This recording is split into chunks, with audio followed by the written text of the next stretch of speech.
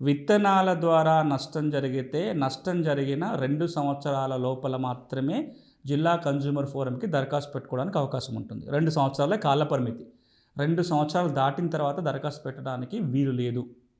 కానీ 2 సంవత్సరాల కంటే ఇంకెందుకు ఆలస్యమైందో సరైన కారణాలు కనుక చూపగలిగితే, ఆ కారణాలతోటి కన్జ్యూమర్ ఫోరం వాళ్ళు ఏకీభవించినట్లయితే 2 సంవత్సరాలు దాటిన తర్వాత కూడా కేసు పెట్టుకోవడానికి అవకాశం ఉంది. ఇక ఈ జిల్లా ఫోరం ఏదైతే తీర్పిస్తుందో ఆ తీర్పు మీద రైతులు కానీ లేదా అటు పక్కన సంస్థ కానీ రాష్ట్ర ఫోరానికి, స్టేట్ కన్జ్యూమర్ ఫోరంకి అప్పీల్ చేసుకునే వెసులుబాటు ఉంది.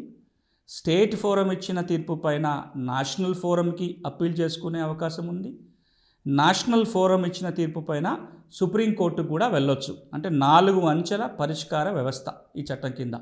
District forum, state forum, national forum, supreme court, ఇక్కడ పరిష్కారం జరుగుతుంది.